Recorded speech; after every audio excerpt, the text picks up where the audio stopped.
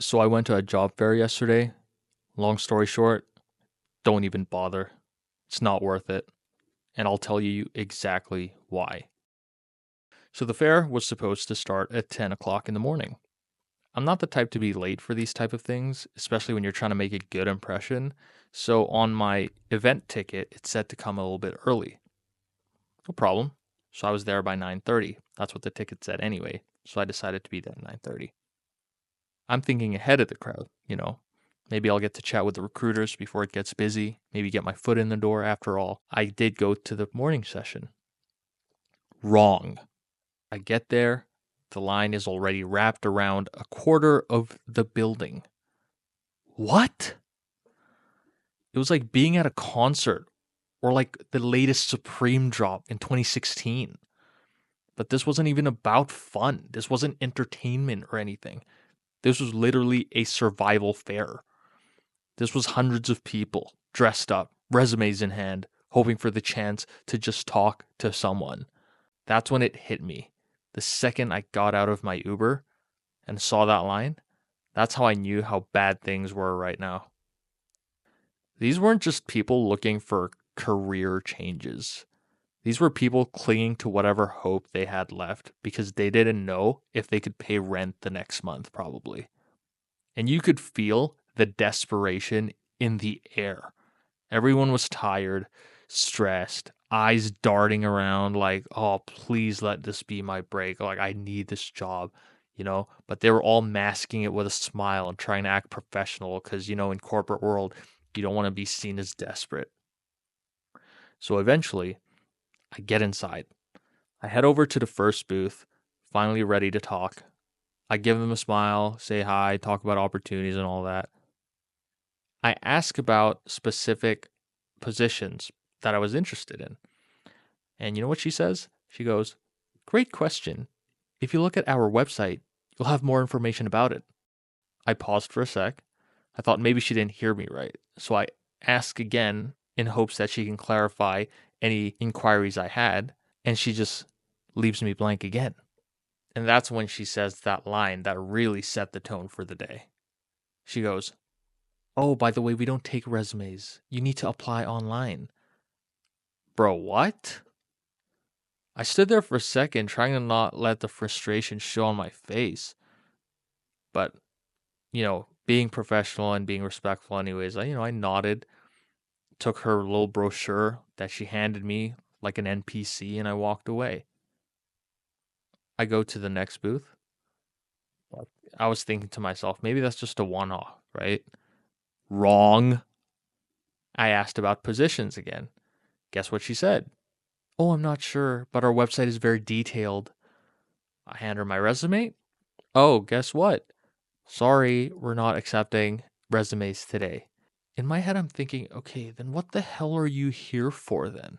Why the hell will a company pay $1,000 to rent out a booth at a job fair and be present if they're not accepting resumes or trying to at least explain the available positions that they are hiring for? It makes zero sense. That's when it really started to get to me.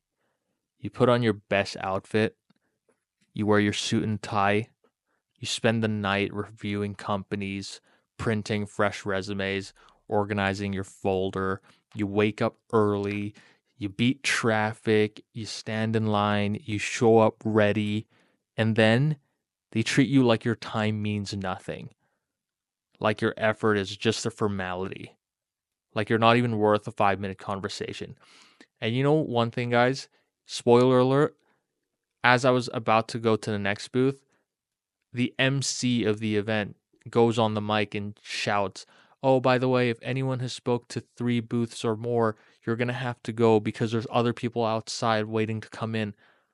What the fuck is this shit? Like, is this a fucking Supreme drop and people are buying multiple items or something? Like, no. This is a job fair where people want to talk to different companies and see what's out there. They're fucking just kicking you out you're you're overspending, or like you're trying to buy the latest fucking Air Jordans so that you can resell them on StockX for higher price or something. You are not a person to them. You are a QR code scan away from being a faceless entry in their applicant tracking system. You know the crazy thing as well? A lot of those online portals that they told me to apply to, they just showed me a QR code. They were like, oh, you can just apply through our QR code. Literally. And let's be honest, you're not getting past that algorithm unless you perfectly match their ideal keywords. I made a video on job applications in 2025 on what to expect. You guys can look at that. And I explained that very clearly on basically how recruiters are nowadays. This isn't recruiting anymore. This is corporate posturing. They set up booths, hang banners, throw on some logo branded lanyards, smile for the optics, but behind that, guys, I think they have no heart, no intention to connect. It's all formality. It's all politics. It's all performance. So being discouraged already, I just keep going, right? Because, I was there already. I might as well see it through.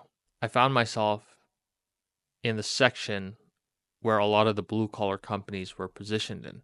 Now, my thoughts on the blue collar industry. I think it's the future. I think it's the meta. So that's where I felt like I needed to be. So I went to those trades and construction companies. And right away, guys, the vibe was different. I walked up, I asked questions, and they answered. They didn't redirect me.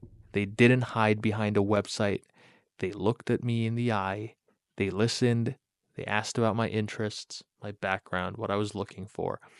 And when I offered my resume, they took it happily. Not only did they take it happily, but they also wrote down some things on my resume, keep me posted, because they were expecting to hear from me, or at least expect me to officially apply online so they can expect my name.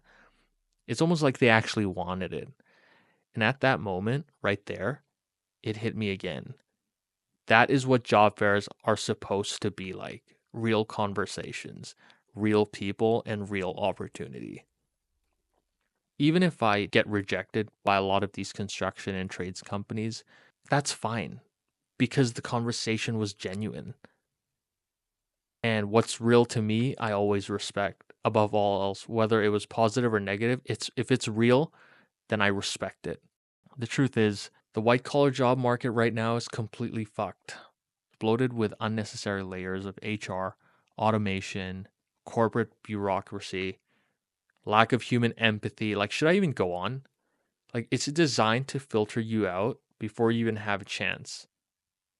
But the trades, blue collar work, there's still a human connection there. They're not just drowning in LinkedIn filters and HR tech. They're just looking for people who are ready to show up, work hard, and learn. And you know what?